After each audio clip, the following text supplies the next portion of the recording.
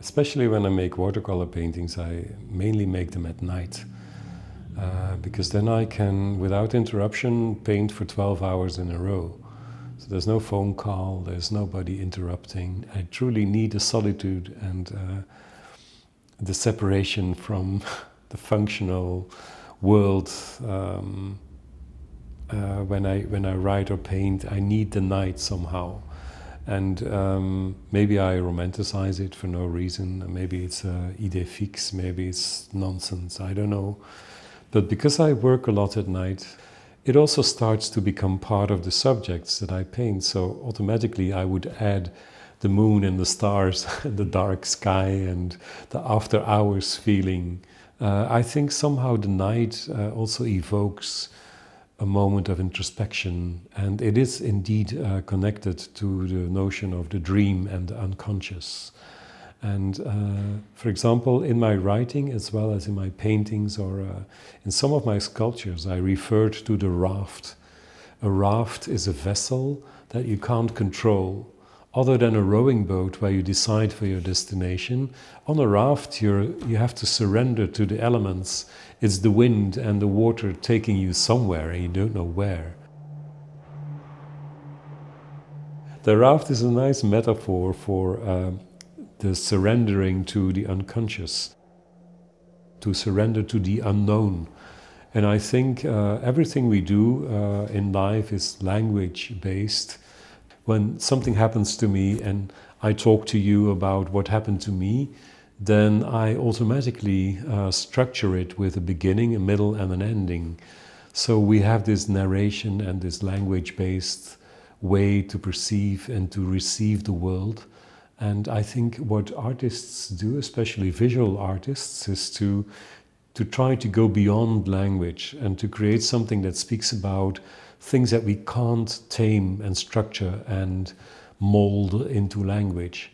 And I think the night is somewhat the world that is not functioning as it should be functioning, right? So if at night you walk through a park, there is no playing children, there is no elderly people sitting on a bench, there is no people selling ice cream, everything is gone. It's like an empty film set.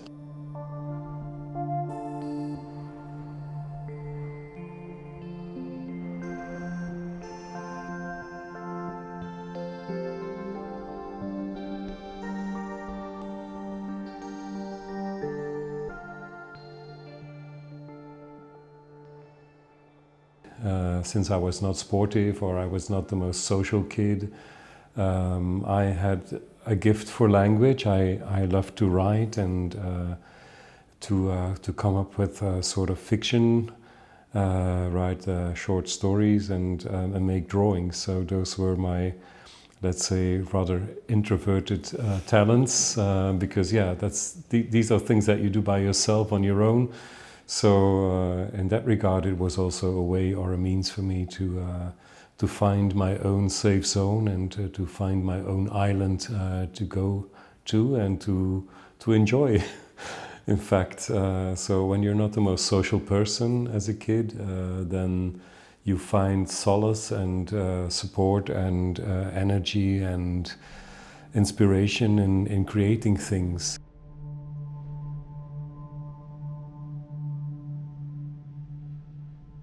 I started to being interested in the arts in general, let's say, as a teenager. I was very much into comic books and graphic novels at the time.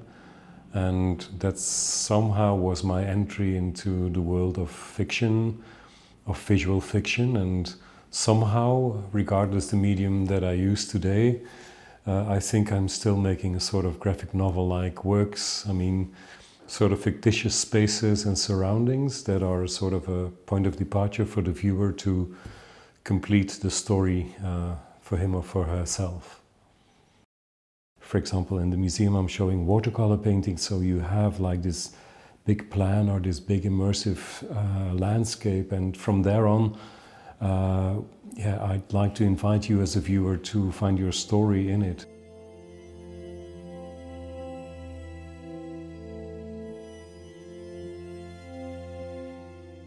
I don't believe in spectacular subjects, so Often it's just a girl asleep or a man kind of passively sitting on a horse, or I mean, these images are not heroic or kind of spectacular. They're more like quiet.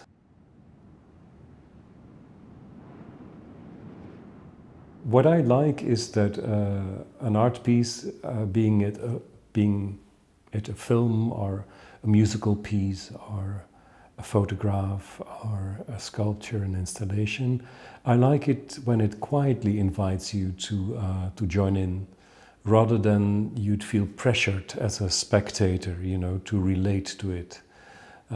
So that's why I love silence as a sort of a mediator to trigger the spectator's fantasy and to invite him or her to have that moment of introspection and reflection.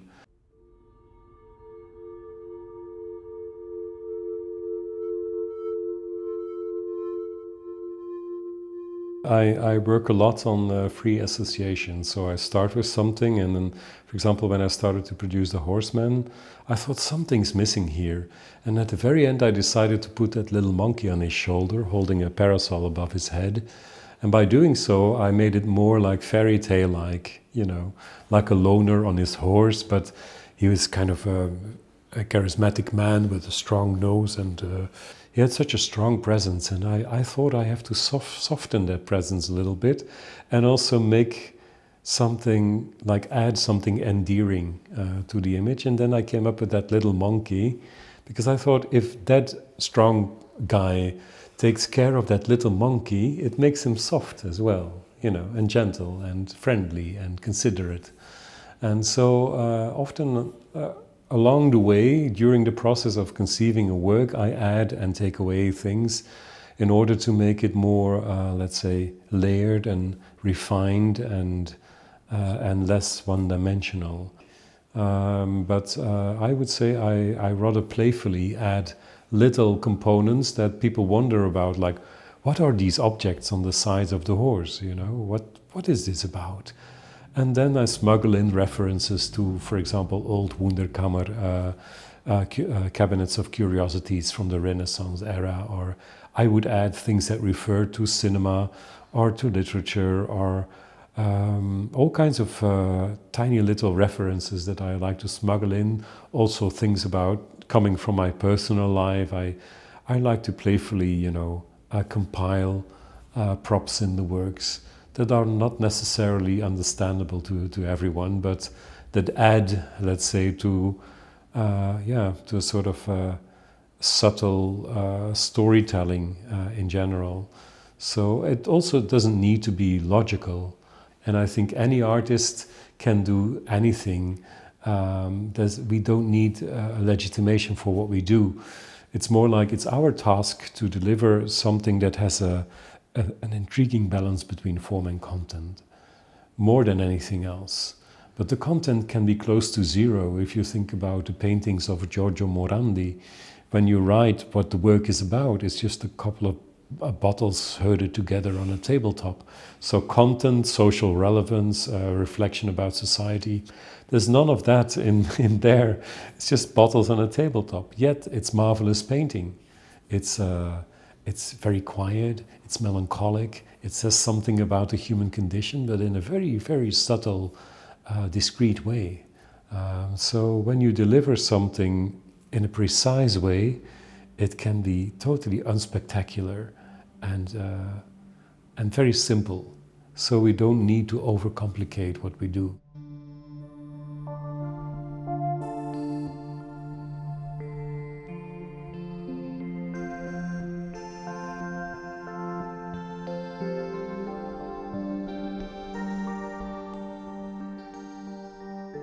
I'm exploring fiction in a way that I try to find something that everyone can relate to, whether you're a child or an adult or whatever your ethnic background is, whatever your social background is. Like, I hope that I can invite anyone to join in. At the same time, I'm trying to explore fiction up to its very limits. So it can be like really crazy story as well. But I believe that fiction can be very authentic. So I once had to make a statement, and an artist statement, and then I said that I believe in the authenticity of fake. And with that I mean that one can be as profoundly moved by a fictitious character in a novel as by his or her own child falling asleep on his or her lap. So it's not because something is fictitious or false or made up or a mock-up by the author that it's not real as an emotion. And so I strongly believe that a fictitious image that never denies that it's just fiction still can deliver a very authentic and real emotional experience.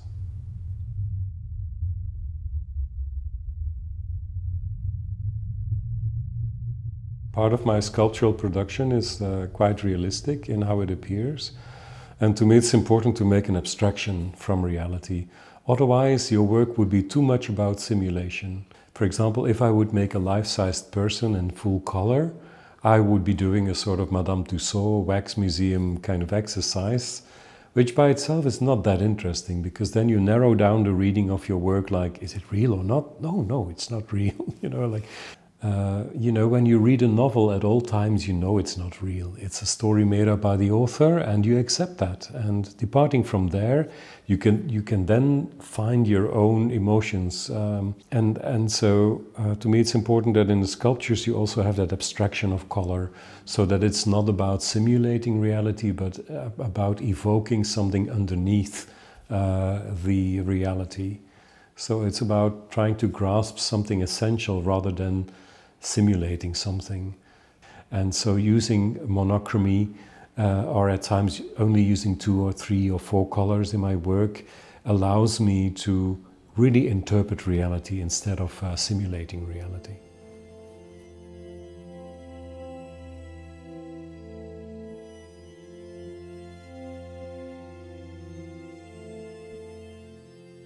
So from the very start of my art practice, I somehow included children or childhood as something very self-evident to me, because indeed we always stay the child we once were. It is still there, and the experiences we got when we were a child, we carry them with us. At some point I made a sculpture of a sleeping girl, a girl that fell asleep on a Chesterfield couch and with a blanket over her shoulders, and one could say, well, that's quite corny or cheesy as a subject, right? You could also easily say, well, it's not really an interesting subject. While I think a child that drifted off in the unknown of the dream, and we are looking at that child, I think it's something incredibly moving about the fragility of that, and then I want to try to make work about that, because we can see ourselves being a child and we can see our own children in it, so it is a sort of a circle that is interesting.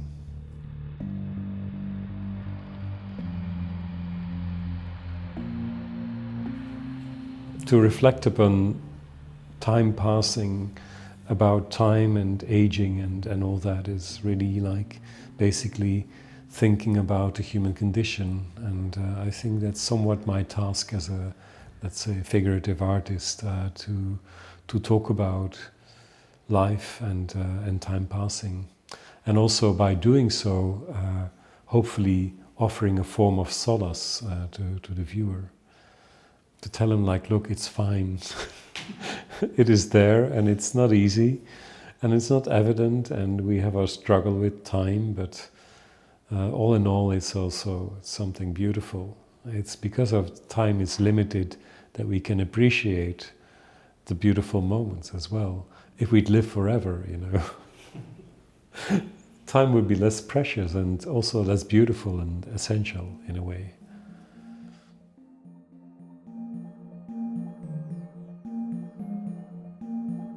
Yeah, it took me a very long time before I dared to show drawings, because I graduated in art school end of the second half of the 90s with photographs, sculptures and video. And when I was studying art in Brussels, I knew that my way of drawing was a bit too kitschy, too detailed, too comic book-like, to the taste of of that period. While nowadays I think a perception in the art world is very different.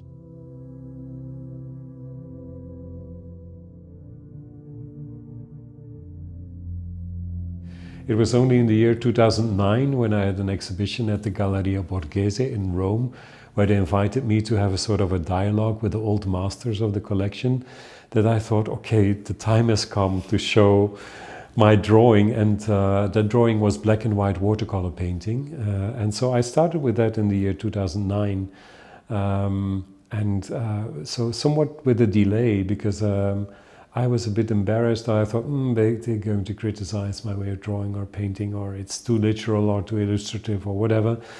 But then at some point I thought, well, it is who I am, you know, it's where I come from. I come from the graphic novel, I come from illustration-like way of drawing.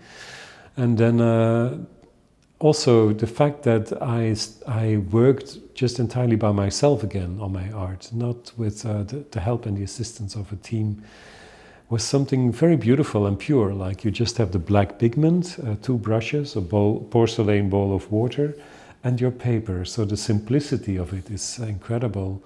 Yet it is also complicated, because the white of the paper is your light source, and you can't correct it. So in acrylics or oils, you just paint over it. But in watercolor, when you mess it up, you can't correct it and you have to throw it away.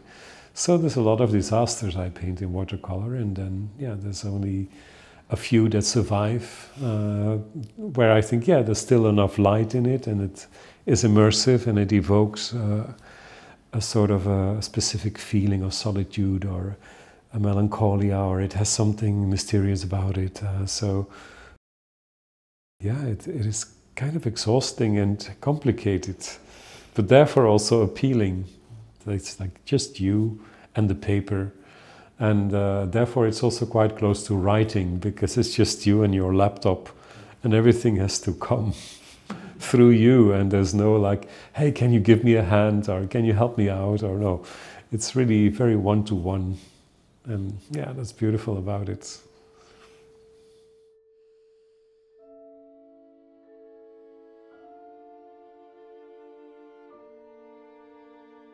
It's the second time I make a video film based on watercolors. So the first one was called Nighttime. I made many years ago, and now I made a new one. And the title of the animated film is Vanishing Point. When you make a drawing of a building, for example, and you put the building in the middle of your drawing, and then you have all the lines that go to the left and the other one to the right. But the vanishing point is the very point at the horizon where your perception of depth is lost. And of course, vanishing point is also a very beautiful, poetic idea. It's like vanishing point, you could also use it in a figurative sense. Like, it's not just the technical term for when one tries to employ a technique to master the perception of perspective.